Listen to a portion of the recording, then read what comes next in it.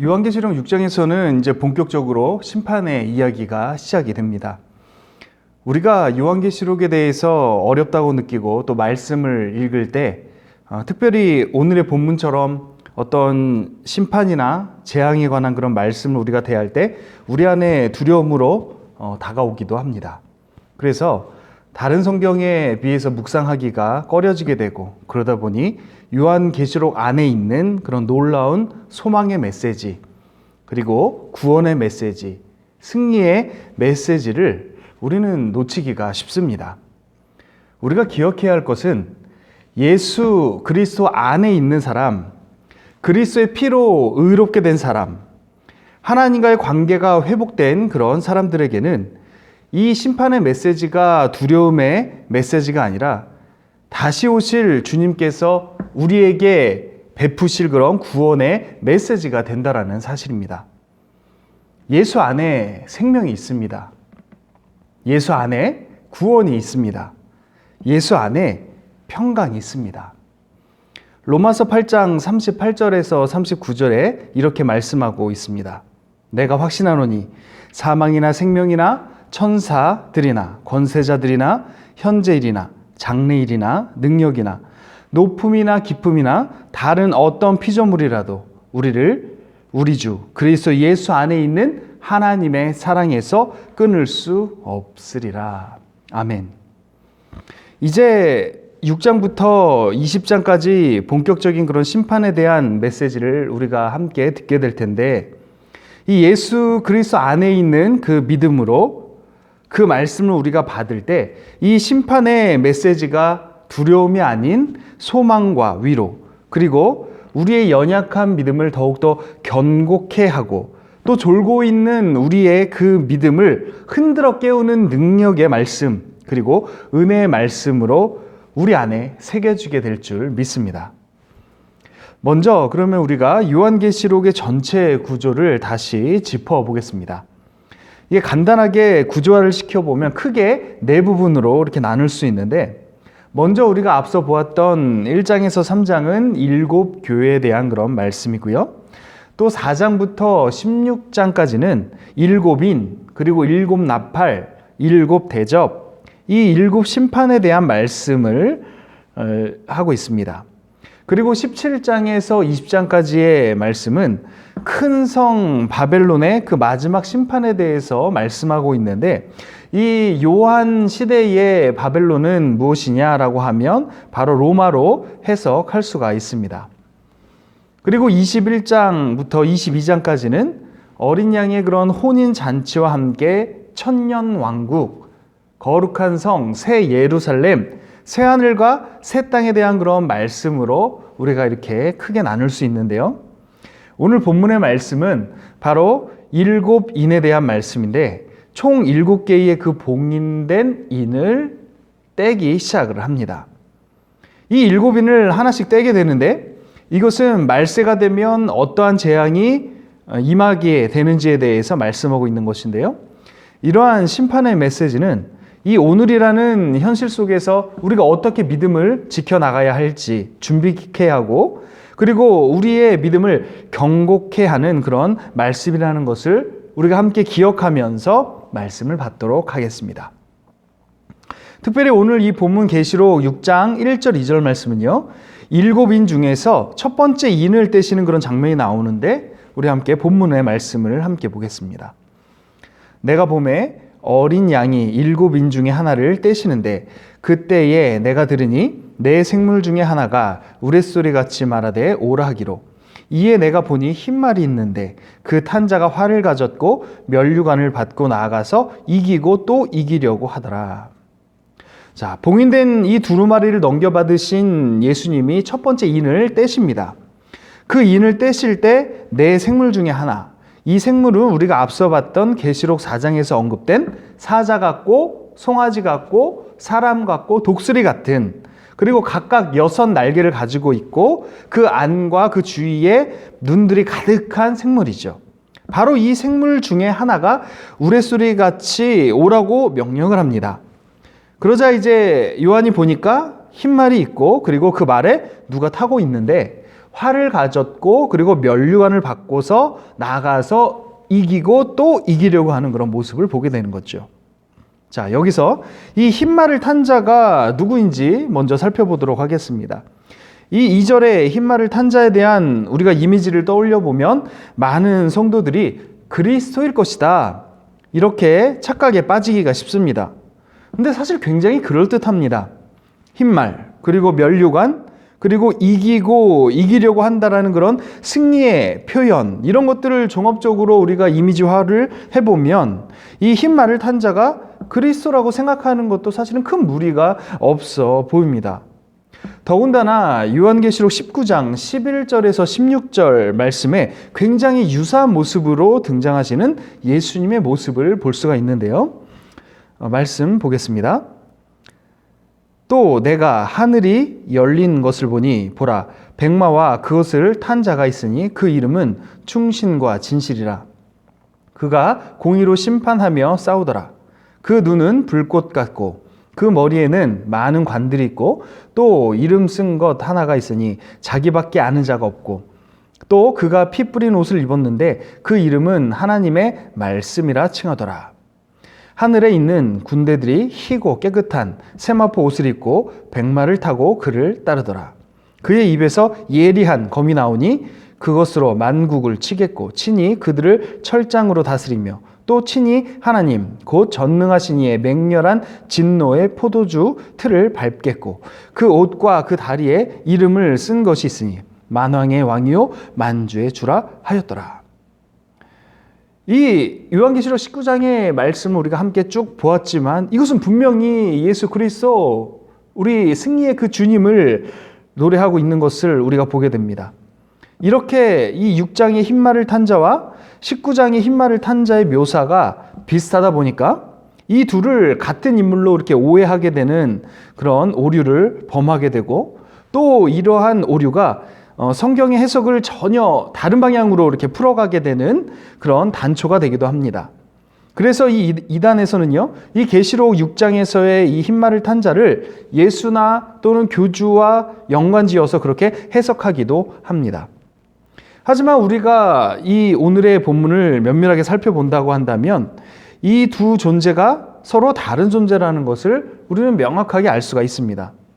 이 6장의 존재가 예수님이 아닌 이유를 이 본문의 흐름에서 우리가 먼저 찾아볼 수 있는데요.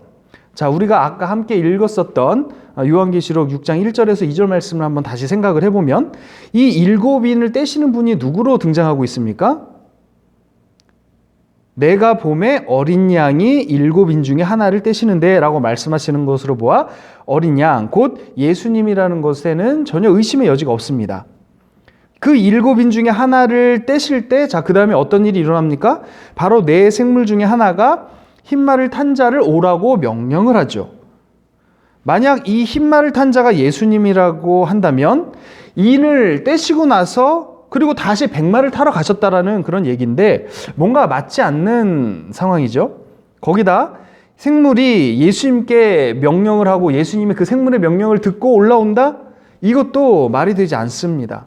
예수님이 이 네 생물의 명령을 따르시는 분은 아니죠.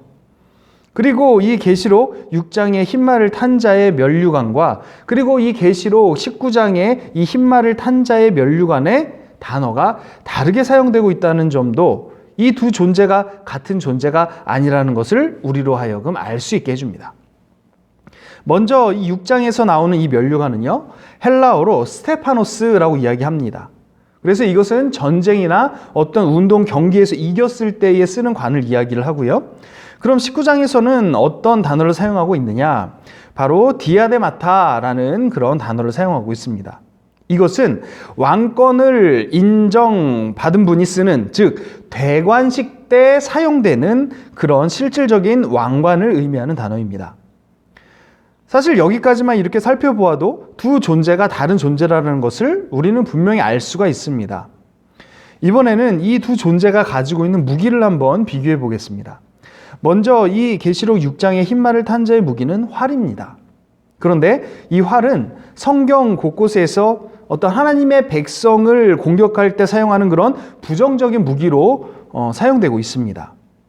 또한 이 활은 성경에서 이단이 해석하는 것처럼 심판하시는 그런 말씀이다라고 이렇게 이야기하고 있는 부분이 있는데, 그런 해석을 전혀 성경 곳곳에서는 발견할 수가 없습니다. 오히려 계시록 19장에서 이 흰말을 탄 자의 무기가 뭐였죠? 바로 검이었죠.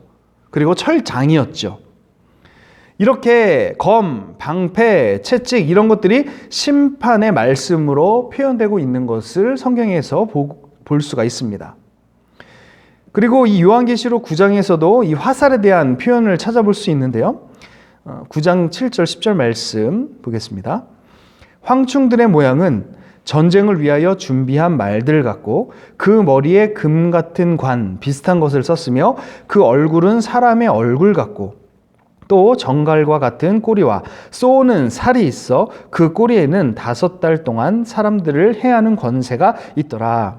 여기서 쏘는 살이 바로 화살을 의미합니다. 이렇게 요한계시록 9장의 황충은 머리에 금 같은 그 비싼 것을 쓰고 또 얼굴은 사람 얼굴 같고 또 정갈과 같은 그 꼬리와 살, 바로 화살을 가지고서 5달 동안 사람들을 해하는 그런 권세를 가진 존재라는 것을 우리가 알 수 있는데요. 바로 이 5달 동안이라는 주님께서 한시적으로 허락하신 그 시간 동안의 재앙을 의미하는 거지요. 이 요한계시록 6장에 흰말을 타고 또 면류관을 쓰고 활을 가지고 이기고 이기려는 그 존재도 예수님이 아니라 세상의 권세를 가지고 왕노릇하면서 그리스도를 흉내내는 적 그리스도의 존재로 볼 수가 있는데, 결국 이 요한계시록 9장의 황충과 이 오늘 본문의 이 6장의 흰말을 탄 자는 이 땅에 임할 재앙이라는 그런 동일한 관점으로 해석하는 것이 올바른 해석이라고 볼 수 있습니다. 그리고 이 이단에서 계시록 6장의 흰말을 탄 자를 예수님으로 보는 근거를 찾을 때 이기고 이기려고 한다라는 그런 표현에서 그 근거를 찾는 경우가 있습니다. 그래서 이 이기고라는 표현을 초림 때 예수님이 마귀와 싸워서 이기신 것으로, 그리고 이기려 한다, 이것은 요한계시록 성취 때에도 마귀와 싸워 이기려 하시는 것이라고 주장을 하고 있는 거죠. 하지만 여기서 이기고는 이겼다라는 그런 의미가 아닙니다. 헬라어로 현재 분사형으로서 영어 번역으로 우리가 살펴보면 conquering, 한마디로 이기고 있는 중이다라는 것을 의미하죠. 쉽게 이야기해서 축구로 예를 들면 지금 10대 0으로 이기고 있는 중이다. 하지만 그것이 아직 경기가 끝나지 않은 상태다. 바로 그러한 상황을 이야기하는 겁니다. 결국은 10대 0으로 이기고 있는 중인데 또 계속해서 이기려고 하는 상태. 하지만 아직 경기는 끝나지 않은, 그런 승리가 확정되지 않은 그 상태를 의미합니다. 우리 주님은요, 이기고 또 이기려는 분이 아니십니다. 우리 주님은 단 한 번에 이기시는 분이십니다. 다 이루었다, 내가 세상을 이겼다라고 선포하신 분이십니다. 요한계시록 19장에 이 흰말을 탄 자를 예수님으로 보는 것은 타당하지만 이 오늘 본문의 이 6장의 흰말을 탄 자는 세상에서 왕노릇하면서 그리스도의 흉내를 내는 적 그리스도를 의미합니다. 예수님께서는 이 마태복음 24장에서 마지막 때에 일어날 일들을 말씀해 주셨는데요, 비슷한 동일한 그런 말씀을 주셨습니다. 마태복음 24장 3절에서 8절 말씀을 보면요, 예수께서 감난산 위에 앉으셨을 때 제자들이 조용히 와서 이르되 우리에게 이르소서 어느 때에 이런 일이 있겠사오며 또 주의 임하심과 세상 끝에는 무슨 징조가 있사오리까? 예수께서 대답하여 이르시되 너희가 사람의 미혹을 받지 않도록 주의하라. 많은 사람이 내 이름으로 와서 이르되 나는 그리스도라 하여 많은 사람을 미혹하리라. 난리와 난리 소문을 듣겠으나 너희는 삼가 두려워하지 말라. 이런 일이 있어야 하되 아직 끝은 아니니라.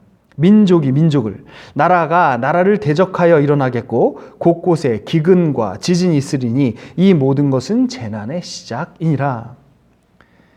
이 재앙의 징조가 7인을 뗄 때 나타나는 그런 재앙과 비슷하다는 것을 우리는 앞으로 보게 될 텐데요, 이 첫 번째 인을 떼었을 때 그리스도 흉내를 내는 이 적그리스도의 모습이 동일하게 나타나는 것을 보게 됩니다.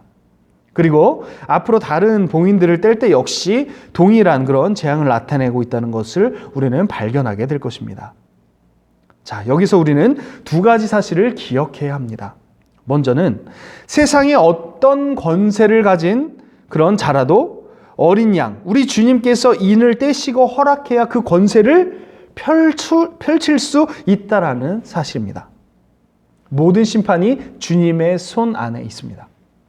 그리고 그 심판이 우리 믿는 자들에게 역경과 그리고 고난으로 그렇게 다가올지라도 그것은 영원한 것이 아니라 한시적인 것이요, 오히려 그 역경과 고난을 통해서 더욱 주님을 바라보게 하고 그리고 우리의 믿음을 성숙시키는 그런 유익한 도구로 사용하십니다.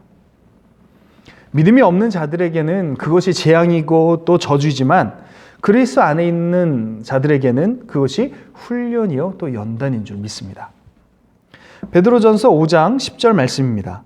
모든 은혜의 하나님 곧 그리스도 안에서 너희를 부르사 자기의 영원한 영광에 들어가게 하시니가 잠깐 고난을 당한 너희를 친히 온전하게 하시며 굳건하게 하시며 강하게 하시며 터를 견고하게 하시리라. 아멘. 그리고 계시록 2장 10절 말씀입니다. 너는 장차 받을 고난을 두려워하지 말라. 볼지어다 마귀가 장차 너희 가운데서 몇 사람을 옥에 던져 시험을 받게 하리니 너희가 10일 동안 환난을 받으리라. 내가 죽도록 충성하라. 그리하면 내가 생명의 관을 내게 주리라. 아멘. 우리가 그 재앙, 환난 넘어 있는 생명의 면류관을 바라보고 있습니까? 역사의 마지막 그 고난의 때는 그리스도인들에게 연단의 때, 훈련의 때입니다. 고난을 직면하는 그 태도를 보면 그 사람의 믿음이 어떠한지를 우리는 알 수 있습니다.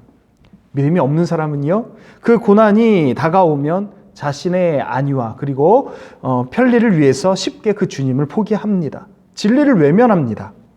그러나 믿음의 사람들은요, 고난의 때에 더욱더 주님을 신뢰합니다. 그리고 말씀을 의지합니다. 그리고 진리를 더욱더 붙잡습니다. 기억하십시오. 모든 심판은 주님의 손에 있습니다. 그리고 그 심판을 통해 겪게 될 재앙은 일시적입니다. 그 환난의 때가 오히려 우리의 믿음의 사람들에게는 그 믿음을 굳건하게 하고 그리고 온전하게 하며 주님을 더욱 신뢰하고 또 붙드는 은혜의 때로 만나게 될 것을 믿으시기 바랍니다. 그리고 이제 우리가 기억해야 하는 두 번째 사실은 말세의 가장 중요한 싸움은 정치나 경제, 국방, 문화 이런 싸움이 아니라 결국은 진리 싸움이라는 사실입니다. 공중 권세를 잡고서 그리스도를 흉내내는 이 적그리스도, 세상의 가치, 비진리와의 싸움이라는 것이죠. 우리가 살아가고 있는 이 지금의 시대를 포스트 모더니즘 시대라고 말을 합니다. 사실상 이 포스트 모더니즘 이 시초는요, 프리드리히 니체가 이야기한 신은 죽었다라는 이 말에서 우리는 쉽게 찾아볼 수가 있습니다. 이것은 단순히 신이 존재하지 않는다, 이것을 넘어서는 표현입니다. 이것은 바로 절대적인 가치의 죽음, 그리고 삶의 절대적 목적성의 죽음, 그리고 절대적 진리의 죽음을 의미합니다. 이 포스트 모더니즘 세계관에서는요, 자신만의 이야기가 어떤 전체를 포괄하거나 또는 진리를 담고 있다라고 말하는 그런 자들을 이단화 취급을 하게 됩니다. 이에 따라 필연적으로 따라오는 이 포스트 모더니즘의 중요한 특징이 하나가 있는데 그것은 바로 인본주의와 개인주의죠. 자신의 그런 생각은 표현하기에 따라서 예수의 사상과 동일한 그런 힘을 가지므로 더 이상 그러한 권위자의 말을 들을 필요가 없다라고 생각하는 것입니다. 자신의 생각은 그 무엇보다도 독자적인 그런 가치를 지닌 것이고 또 이에 대한 그 확신을 요구하게 되는 거지요. 따라서 이 포스트 모더니즘적 사회에서 자기 부인 그리고 자기 십자가를 질 것을 요구하는 그 복음은요, 정말로 받아들이기가 어려운 것입니다. 또 한 가지 중요한 특징이 있는데요, 바로 절대적 도덕 가치의 붕괴입니다. 이 포스트 모더니즘에서는 이 사회의 다수 구성원이 선이라고 여긴다면 그것이 선이 되는 거예요. 성경과 같은 어떤 종교 경전에서 뭐 반대를 하던 아니면 기존에 있던 그런 윤리적 그런 가치관에 반대를 하던 유명한 철학자의 사상에 반대를 하던 그것은 중요하지 않습니다. 다수의 사람들이 옳다고 느낀다는 그것이 옳은 것이 되어 버립니다. 이 포스트 모더니즘에서는 궁극적인 선과 악의 기준이 존재하지 못하게 되어버리는 거죠. 그리고 이 포스트 모더니즘에는요, 반지성주의가 따라올 수밖에 없습니다. 뭐 플라톤이나 뭐 아리스토텔레스 이런 사상만큼이나 개개인의 어떤 이야기와 사상이 동등한 그런 권위를 가지고 있다라고 여기면서 굳이 그들의 철학을 들여다볼 그럴 이유가 없기 때문이죠. 내가 좋으면, 내 생각이 이렇다면 누가 뭐래도 그만이기 때문에 남들이 쌓아놓은 그런 지식적인 업적들을 굳이 주의 깊게 그렇게 배워야 할 이유가 사라지게 되는 것입니다. 이러한 포스트 모더니즘으로 인한 반지성주의의 폐해가요, 안타깝게도 교회 내에서도 똑같이 적용이 될 수가 있습니다. 어떤 나의 신앙적 경험 그리고 예수님과의 그런 인격적인 만남이 그 누구의 것보다 뒤지지 않는데, 못하지 않는데 굳이 성경 말씀을 배워야 할 이유가 무엇인가? 굳이 신학을 알아야 할 이유는 무엇인가? 남들이 하나님에 대해 분석해 놓은 것을 굳이 배워야 할 그런 이유가 무엇인가? 뭐 믿음으로 받아들이는 것이 중요하지. 뭐 성경 말씀, 뭐 신학, 뭐 하나님을 아는 지식, 그런 것들을 머리 아프게 꼭 알아야 하나? 누군가가 이런 말을 던질 때 그러한 생각을 오히려 야, 그 믿음 좋네 라는 그런 발언으로 여기면서 감탄하기까지 하죠. 말씀의 중요성은 점점 사라지고 또 주관적인 체험 그리고 느낌만이 남은 그런 기독교에서는 결국 복음은 소멸돼 버리고 빈 껍데기 종교가 되어버리고 마는 것입니다. 우리가 평지에서나 비탈길에서나 바르게 우리가 걸을 수 있는 것은요, 무엇 때문입니까? 바로 중력이 있기 때문이죠. 끌어당기는 힘. 진리의 말씀이 우리 안에 거하면 우리도 중심을 잃지 않고 진리의 길로 올바로 걸어 나갈 수 있습니다. 하나님께서는 우리로 하여금 거짓된 세상 속에서 진리를 분별할 수 있는 그런 귀한 선물을 우리에게 주셨습니다. 그것이 무엇입니까? 우리 안에 양심을 두셨습니다. 그리고 우리에게 말씀을 주셨습니다. 그리고 성령님을 우리에게 보내주셨습니다. 선과 악의 그런 기준이 무너지고 또 진리를 거부하는 이 시대 속에서 우리가 로마서 12장 2절의 말씀처럼 너희는 이 세대를 본받지 말고 오직 마음을 새롭게 함으로 변화를 받아 하나님의 선하시고 기뻐하시고 또 온전하신 뜻이 무엇인지 분별하라 라는 이 말씀에 따라서 이 어두운 시대의 빛이요 그리고 진리의 파수꾼의 그 사명을 감당하는 저와 여러분들이 될 수 있게 되기를 축복합니다. 진리의 싸움에서 승리하시기를 주님의 이름으로 축원합니다. 기도하겠습니다. 사랑의 하나님, 모든 심판이 주님의 손에 있음을 다시 한번 기억합니다. 그것이 사단의 권세처럼 느껴질진 모르지만 분명한 것은 주님의 허락 안에, 주님께서 허락한 그 한시적인 기간 안에 주어지는 재앙인 줄 믿습니다. 그 재앙이 우리를 무너뜨리는 것이 아니라 오히려 우리 믿음의 사람들에게 믿음을 더 굳건하게 하고 또 온전하게 하고 주님을 더욱더 신뢰하고 붙드는 그런 은혜의 때로 만나게 될 것을 우리는 믿습니다. 우리가 이 진리의 싸움에서 승리하게 하여 주옵소서.